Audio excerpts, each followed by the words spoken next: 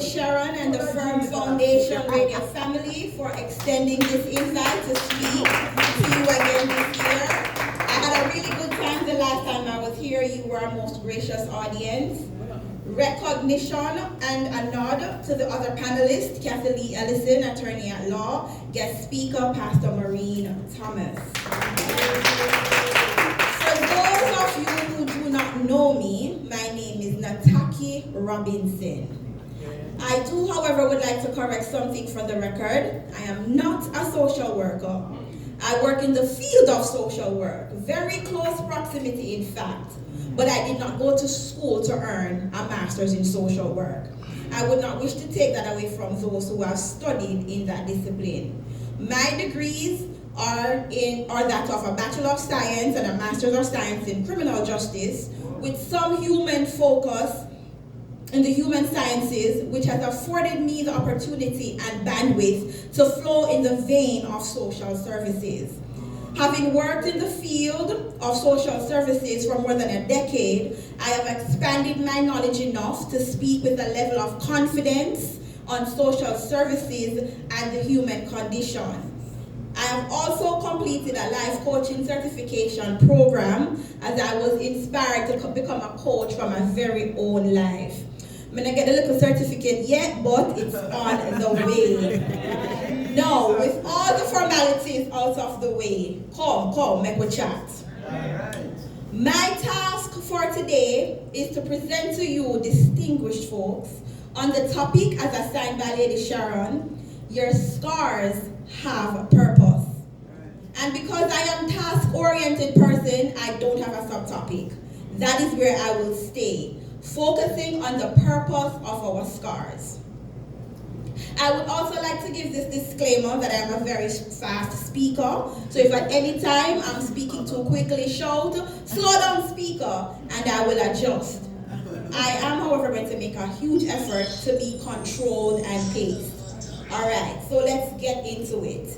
Your scars have a purpose. The legend of the phoenix is that she must first combust, go up into flames, become ash, before she rises again in splendiferous glory. The journey to wholesomeness and purpose sometimes go through a painful process, because to burn is to experience pain.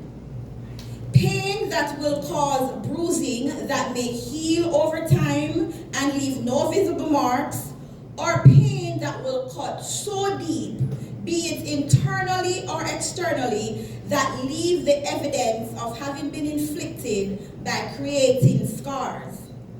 Before I get into scars and purpose, I'd like to share a little bit more about myself.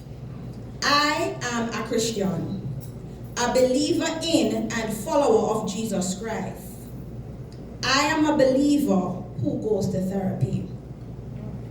My healing journey to love started a little over a year ago because I finally decided to acknowledge the presence of my scars, and by doing the self-work of naming and owning my scars.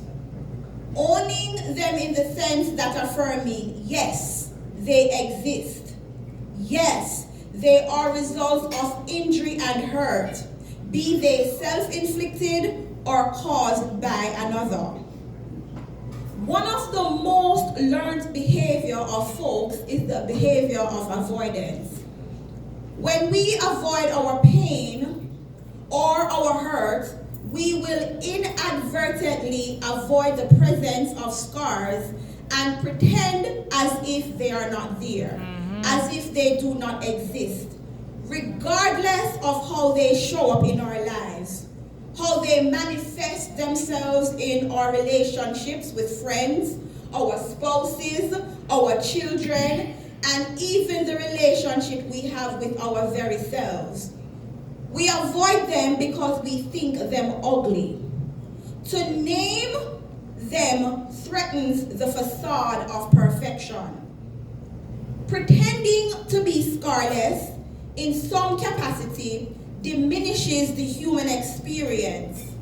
For the human experience is life with ups and downs, ins and outs, wins and losses, joy and sadness, beauty and pain.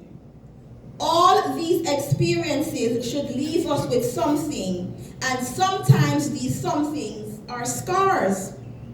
Let me do a quick poll by raising of the hands.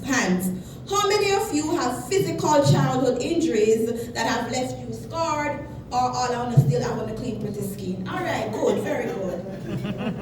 Good. How many of you have had medical procedures that have left you scarred or with something missing, like a tooth, or do all of y'all still have them wisdom teeth? All right, we have some okay over there. How many of you have experienced emotional hurt or trauma that have left you scarred? The kind that informs your conduct and function. The kind of scars that have taken up the director's chair in the story of your life. That last question is where I would like to spend some of the time allotted to me this evening. I want to talk about the scars that are not visible but have the most impactful effect on our lives. Painful wounds left untreated can cause infections. We experience abandonment, so we fight against forging healthy attachments or relationships. We experience violence, so we shrink to be palatable or manageable for and to others. We experience rejection, so we become cruel or dismissive of others. These are some of the type of scars that we must name and own. They grow teeth and start to inflict pain and hurt on others. They become enemies to our own healing journey to love and the desire to walk in God's given purpose for our lives and our mandates. Let me pivot a little bit and discuss what can happen when scars are examined. The examination, of course, leads to the naming and owning of these scars. Sometimes we have to do the thing we are told not to do, and that is to pick at a scab. A big part of the self-work is to examine our wounds. We need to peek at it a little bit or take a long gaze, whichever one your heart can stomach. But we can understand who and what is feeding these wounds. We know that when scabs form and are picked, it reopens the wounds. But this examination I'm talking about, this picking that I'm talking about, is to be done with intentionality and preparedness. To do this picking, one must be determined to not be squeamish about the blood, the resurfacing of the pain. We must be fortified to address these wounds head on. Some of the ways to do this is by going to therapy, and if that's not your speed, you can tap into your support system, your circle of confidants, journaling, and of course through prayer and fasting. Our wounds, they are to be named and they are to be owned. Now let me be clear. We may never know or understand the reasons that someone hurt us. That's not what the picking of the scab is for. It is to understand ourselves for our own growth so we can identify the wounds and scars and find utility for them. That is one of the lessons I've learned in my therapy sessions, finding utility for my emotions.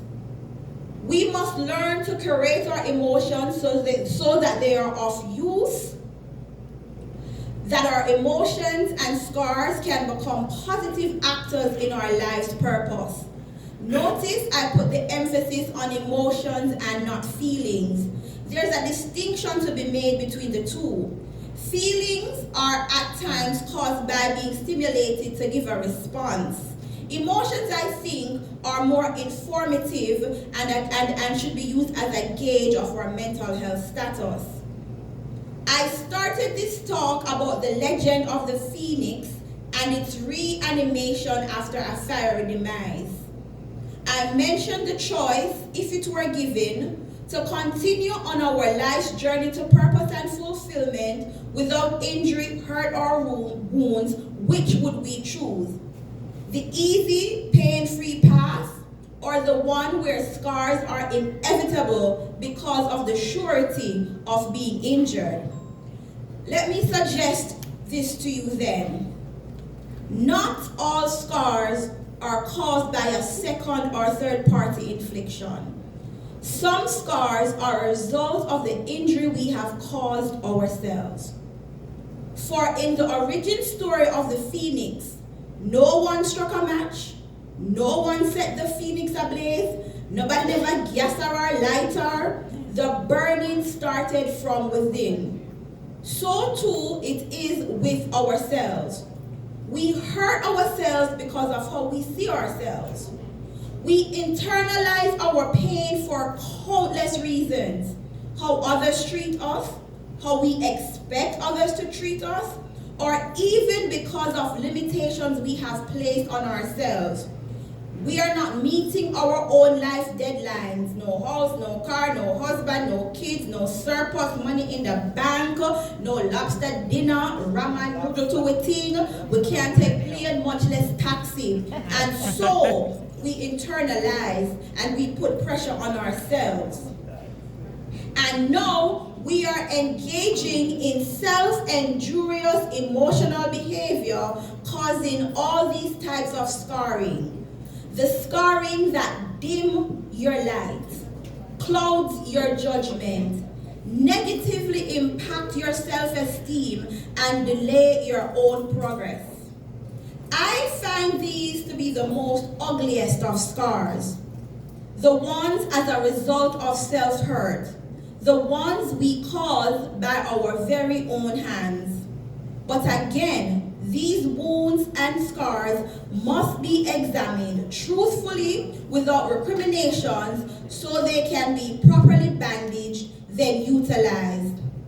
Some of these scars are self-loathing, self-guilt, self-sabotage, just to name a few. Self-loathing, in my opinion, can be a result of the application of society's ruler or measuring stick to measure the success of our lives. Because here goes the internal dialogue. I'm not where Tom, Sally, or Harry are. I must therefore be a failure. And just like that, you have injured yourself and inserted an obstacle in your own life's progress. You have robbed yourself of the appreciation and celebration for all the challenges you have hurdled. Self-guilt, in my opinion, can be a result of self-betrayal when you conduct yourself in a manner you deem to be in contradiction to your own character. You dwell on your transgression because it was so unlike you to behave or conduct yourself in such a manner. You plumb forgot you were sweetly saved and sanctified, delivered from vulgarity, and you cussed them folks clean out. You become mad at yourself, disappointed in yourself, and just like that, you've invited unforgiveness for an extended walk on your healing journey to love. You give or have no grace for yourself. Self-sabotage, in my opinion, is a wound. It wounds and scars us when we give credit to the naysayers who have spoken over our lives. You will never be a thing but a whore in life. You will never find success. You will never amount to anything. You are going to turn out what looks like your papa and your one-teeth granny. And so goes the progress that we make. Here comes the negative memory of those curses, and we give them credence to set us back. We become saboteurs of our own health and wealth. When we can truly name our wounds and scars, it becomes so much easier to function healthily. Over a year ago, in one of my sessions, my therapist asked me to write the mission statement of my life. And people, I know it can't, right? It's not that I don't have the words, no. I just find the task heavy. For how can I declare a mission for life when I have not a clue what I am meant to do as it relates to my life's purpose? I'm doing a lot of things with my life. I'm a mother. I'm gainfully employed. I run my household. I'm working on my financial literacy because nobody never tell me that I shouldn't take out all them credit card there.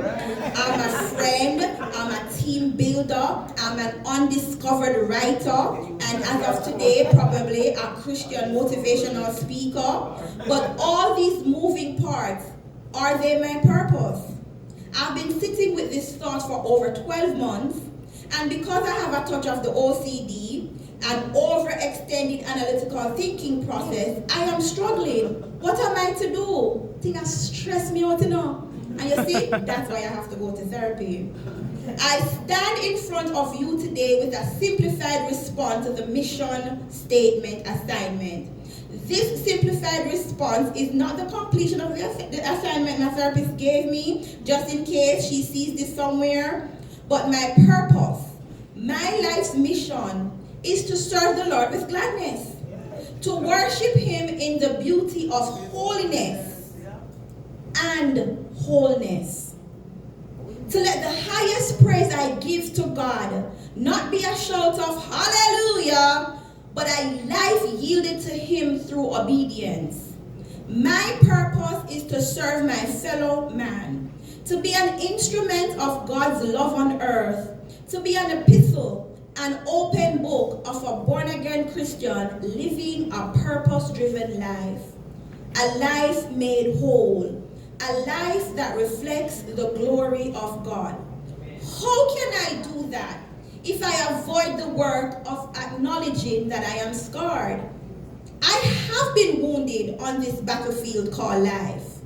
If we ignore our wounds and bleed on others, we're contributing to the mess. God gets no glory in that. You hurt, so you hurt people. You derail visions and callings for your generation because you can't give anything with clarity of mind and development of essence. If we ignore that we are hurt and are needing help, we are delaying the process of a speedy recovery. A thing that can be addressed in the council of 2 or 3 turns into a prolonged, festering situation that takes time and focus away from core responsibilities. If we are angry and surly all the time, we for sure will never get the opportunity to entertain angels unaware. For how will we see the need of another, the pain of another, to offer aid, to be a good Samaritan? Anger never gives way to charity. It consumes you to distraction. If we are guarded and rigid, refusing to show a level of vulnerability, I'm not to tell everybody your business, that's not what I mean. We will never be able to claim to be our brother's keepers. We will never be able to encourage another on similar journeys as our own. Our scars, if physical, may change our outward appearance, but they should never dictate our presence. Who we are should be more than the shell or the house of our souls. I'm talking about this. The external may be bruised and rugged, but love should exude from this shell. Kindness should exude from this scarred body. The jaw twists, yes, cause me did get the box. The walk with a limp, yes, cause one time everybody, including my mother, used to beat me. But we care and nurture our neighbors, our children, still comes from this scarred body. Our scars, the ones unseen, should never change our disposition to bitterness. Instead, I suggest to each of us here today to name our wounds and scars and find positive, meaningful use for them. A few days ago, I decided to watch The Book of Clarence on Netflix.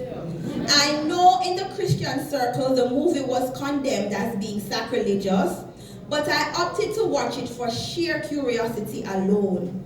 I won't give a review, critique, or social commentary of the movie, but trust me people, we'll leave that there. But I will say this, a spoiler alert for those who haven't watched it yet and may be interested in doing so. At the end of the movie, Clarence, who was the twin brother of Doubting Thomas, was crucified in similar fashion of Christ. He was then brought back to life by Jesus. Clarence's nail prints in his hands were healed by Jesus. There was no evidence that he, Clarence, had been pierced. It was foreshadowed in the movie as well that Jesus also would be crucified. Us Bible readers know that when Jesus got himself up from the grave, his pierced hand still bore the imprint of the nails.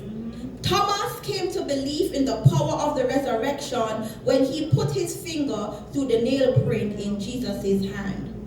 To take a lesson from the movie, it is this, that some wounds were never meant to leave a lasting impression, or they were never intended for us in the first place. Some injuries are only bruises that should eventually fade or be totally healed. Some, however, were meant to scar, to leave evidence, but for the help of another, to serve another, to perhaps heal another, to start another on their own healing journey to love, to build resolve and determination, to be true ambassadors for Christ. I want to leave you with this gem. As we continue on our healing journey to love, the self-work, that walk, blisters will form, but so will new skin. On this journey to love, I now know that my scars are not ugly, nor are they bitter reminders of hurt. They are reminders of resilience and commitment to a call to purpose. They are reminders to ourselves to live a life of work and truth that demonstrate the mercies of God. Because not one of my scars, not one of your scars took you out. Rather, they became indicators that life remains. And where there is life, there is hope. Hope to live a life that is pleasing and acceptable to our Lord and Savior Jesus Christ. The scars are trauma-informed no more. They are testimonies that when crises and failures and hurt and pain are given to God in honesty, naked honesty, He will beautify the meek with salvation. He will give us beauty for ashes. We have been saved to tell the triumphant story of how our sufferings didn't kill us, our pain didn't cripple us, how it instead incentivized us to come up into purpose and put God's restorative glory on full public display. The beautiful ashes is now a soul soaring above all hurt and pain, and there is a purpose for your scars. I implore each and every one of you lovely ladies tonight to start on this healing journey to love, and know this, God is love. Thank you all.